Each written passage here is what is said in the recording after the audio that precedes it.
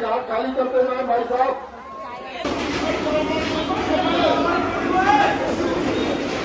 हर हर महादेव। आज है 13 फरवरी और प्रयागराज महाकुंभ में आज के दिन का क्या अपडेट है आपको हम पूरा इस वीडियो में बताएंगे। यदि आप भी प्रयागराज महाकुंभ में आना चाहते हैं तो कैसे संगम तक पहुंच सकते हैं। देखिए कई लोग संगम नहीं पहुंच पा रहे हैं, गंगा में ही स्नान करके चले जा रहे हैं, वहीं पर कई लोग यमुना में ही स्नान करके चले जा रहे हैं। तो इस वीडियो को कंप्लीट देखिए, हम पूरा जानकारी आपको देंगे कि किस प्रकार से आप संगम में स्नान कर पाएंगे और क्या आपको आने की स्थिति है, क्या अभी फिलहाल संगम में कितनी भीड़ है, और उसके बाद आप स्नान करने के बाद कहाँ पर फ्री में भोजन कर सकते हैं और कहाँ पर आपके लिए रहने की व्यवस्था हो सकती है। प्रदीप मिश्रा की बात करें या कि फिर देवकी नंदन की, जो तमाम कथावाचक हैं, वो लोग कहाँ पर कथा कह रहे हैं।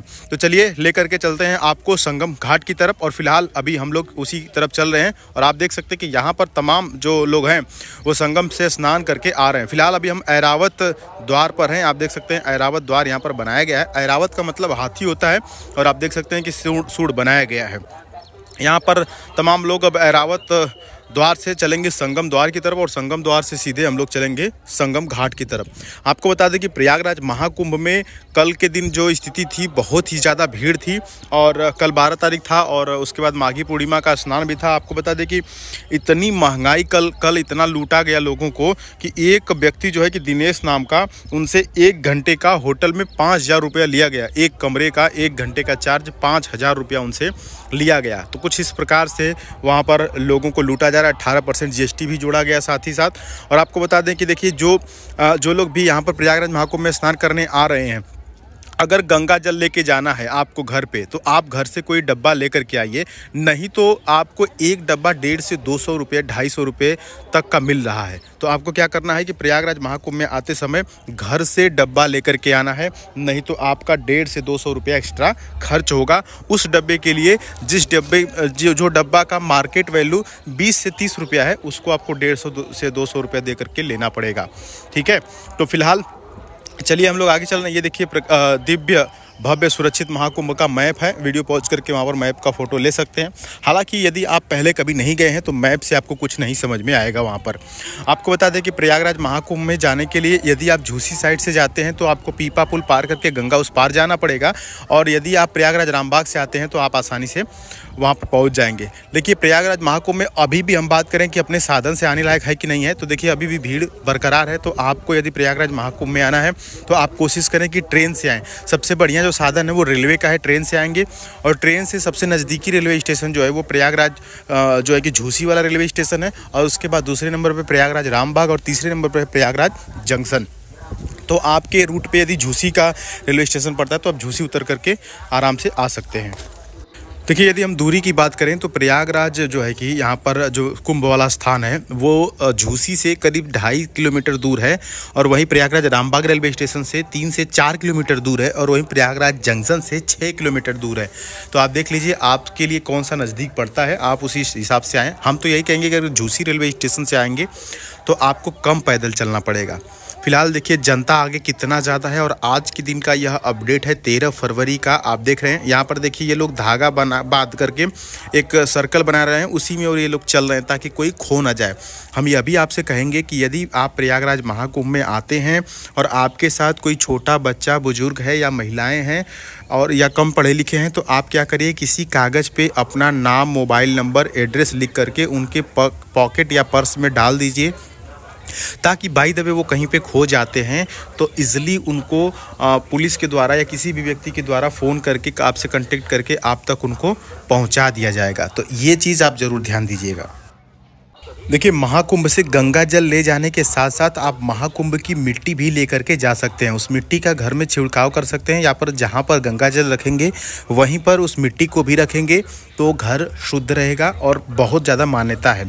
स्नान करने के लिए आप संगम घाट पे ही जाइएगा, जैसे कि हम आपको लेकर के चल रहे हैं, रास्ता दिखा दे रहे हैं।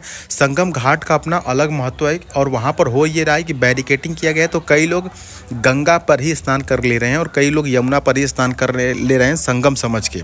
भाई आप संगम पे स्नान करने गए हैं तो जहाँ पर गंगा, यमुना और सरस्वती का मिलन हो रहा है वहीं पे स्नान करेंगे ना। हालांकि सरस्वती नदी फिलहाल में जो है वो विलुप्त हो गई है। कई लोगों का यह भी कहना होता है कि संगम नदी जो है वो, और ये जो सरस्वती नदी है वो नीचे से बहती है। ठीक है। तो जो भी है संगम तो वही है जहाँ पर गंगा यमुना फिलहाल में देखने को मिल रही हैं। आइए हम लोग संगम घाट की तरफ पहुँच चुके हैं। आप देख सकते हैं कि इधर राइट साइड से यमुना नदी आ रही है और लेफ्ट साइड से गंगा नदी आ रही है और यहाँ पर बहुत ज़्यादा भीड़ है। आपको भीड़ देख करके ही अंदाज़ा लग जाएगा कि यही संगम है। अब देखिए लोग पवित्र यहाँ पर स्नान कर रहे हैं और संगम घाट में अभी जल स्तर थोड़ा कम हो चुका है। जब शुरू में बैरिकेटिंग की गई थी तो यहाँ का जो पानी था वो कमर तक था, लेकिन अब घुटने तक हो गया है, घुटने से नीचे भी हो गया है और इतने ही पानी में लोग स्नान कर रहे हैं। लेकिन स्थान का महत्व है, संगम का महत्व है। हर हर महादेव, जय हो प्रयागराज, जय हो संगम नगरी। देखिए लोग स्नान कर रहे हैं। महाकुंभ में स्नान करने के बाद आपको बहुत तेज भूख लगेगी, तो हम आपको लेकर के चलेंगे एक वीआईपी भंडारे में जहां पर आप बढ़िया से भोजन कर पाएंगे।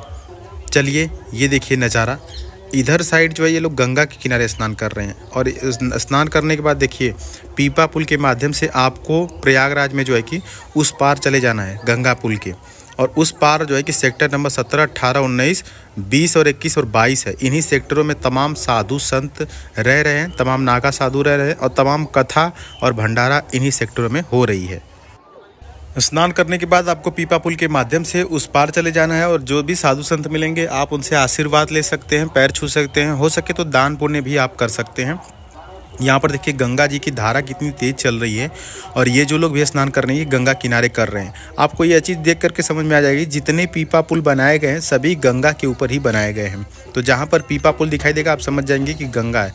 ये देखिए अब हम लोग इस पार आ गए हैं और साधु संत दिखाई देना शुरू हो गए हैं, तो आप इनसे आशीर्वाद ले सकते हैं। अगर आप सहमत हैं, आपके पास सामर्थ्य है, तो थोड़ा बहुत दान पुण्य भी यहाँ पर कर सकते हैं।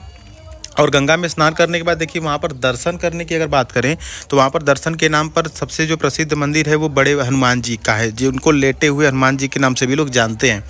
तो हालांकि शनिवार के दिन और मंगलवार के दिन भीड़ जब ज़्यादा हो जाती है तो उनका मंदिर बंद कर दिया जाता है, और नहीं तो भीड़ कम रहती है तो लोग दर्शन करते हैं। तो आप चाहें तो बजरंगबली का दर्शन वहाँ पर कर सकते हैं। उसके बाद जब भूख लगेगी तो आपको इन सेक्टरों में आ जाना है गंगा उस पार होके, और गंगा उस पार होके आने के बाद आपको कई सारे भंडारे वहाँ पे देखने को मिलेंगे। लेकिन हम जिस भंडारे में आपको लेकर के चल रहे हैं वो पूरे प्रयागराज का सबसे बढ़िया भंडारा है और यहाँ पर आपको लाइन भी नहीं लगाना पड़ता है। आराम से बैठ करके संपूर्ण भोजन करेंगे। जिस प्रकार से भोजन वहाँ पे मिलेगा उस भोजन का अगर मार्केट में अगर ख़रीदने जाएंगे तो एक थाली 150 से 200 रुपये का पड़ेगा। इतना बढ़िया लजीज भोजन वहाँ पर देखने को मिलेगा। फिलहाल हम लोग उसी तरफ चल रहे हैं और ये देखिए तमाम लोग वहाँ से भोजन करके आ रहे हैं और प्रयागराज महाकुंभ से यहाँ पर जा रहे हैं। तो अभी यदि हम बात करें कि आपको प्रयागराज महाकुंभ में आना चाहिए या नहीं आना चाहिए, तो देखिए अभी अगर आपको आना है तो आप 1-2 दिन और रुक जाइए। 15 से 20 के बीच में आप आइए प्रयागराज महाकुंभ में। आपको भीड़ कम देखने को मिलेगी, आराम से स्नान कर लेंगे और सबसे बड़ी बात यह है कि आपको ट्रेन में जगह मिल जाएगी। और अपने साधन से भी आएंगे तो साधन आपका नज़दीकी यानी प्रयागराज जो है कि जो कुंभ मेला क्षेत्र है वहाँ तक आपका पर्सनल कार या साधन आ जाएगा। कब? 15 से 20 के बीच में। लेकिन इसके पहले अभी भी स्थिति उतना बढ़िया नहीं है जितना आप होना चाहिए आपको, ठीक है। क्योंकि देखिए ऐसा आपने देखा होगा कि कई लोग प्रयागराज महाकुंभ में से स्नान करके आ रहे हैं तो कई महिलाएं हैं जो घर पहुंचती हैं फिर बीमार हो जा रही हैं, एक हफ्ता बीमार रह रही हैं। क्यों? क्योंकि वो इतना भीड़, इतना हैरेसमेंट झेल करके वहाँ से आ रही हैं कि तबीयत खराब हो जा रही है। तो आपसे हम यही कहेंगे कि आप 15 से 20 के बीच में आने का प्लान करिए। और जब भी प्रयागराज महाकुंभ आइए तो आप कोशिश करिए कि आप घर से रात में चलें और सुबह यहाँ पहुँचें। और सुबह पहुँचें, स्नान ध्यान करके पूरा मेला वाला घूमते हुए शाम होते होते आप फिर स्टेशन पे आ जाएं और ट्रेन पकड़ के निकल लें। शाम को निकलेंगे तो सुबह होते होते आप अपने घर तक पहुँच जाएंगे, ठीक है। देखिए 20 तारीख तक खाली रहेगा और उसके बाद फिर से जो महाशिवरात्रि आने वाली है तो महाशिवरात्रि की फिर से भीड़ लग जाएगी।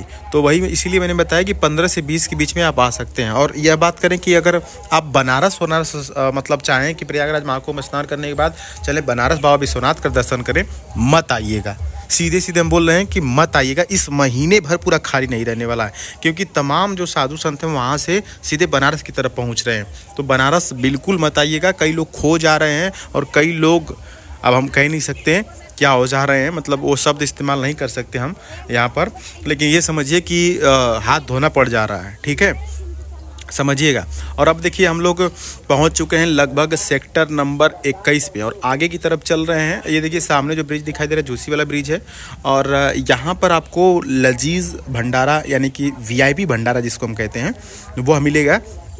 और वहाँ पर आपको चावल, दाल, पूड़ी, सब्जी के साथ साथ कढ़ी भी मिलेगा, मीठा भी मिलेगा। जिनको भोजन नहीं करना है उनके लिए चाय की व्यवस्था है, चाय भी कर सकते हैं, नाश्ता कर सकते हैं। तो इस प्रकार से और थाली भी वहाँ पर आपको थाली में खाना मिलता है, पत्तल में नहीं। और थाली आप जो है कि खुद नहीं धोते हैं, थाली जो है कि वो वही लोग स्वयं धोते हैं। तो इस चीज़ का आपको वहाँ पर देखने को मिलेगा। चलिए फ़िलहाल हम आपको लेकर के चलते हैं उस स्थान पर जहाँ की हम बात कर रहे हैं। इतना देर से आपको लग रहा होगा कि कैसा भंडारा दिखाने वाले हैं। हालांकि यह भंडारा सरदार जी लोगों के द्वारा चलाया जा रहा है, तो आपको तो पता ही होगा कि सरदार जी कितना बढ़िया से भोजन कराते हैं।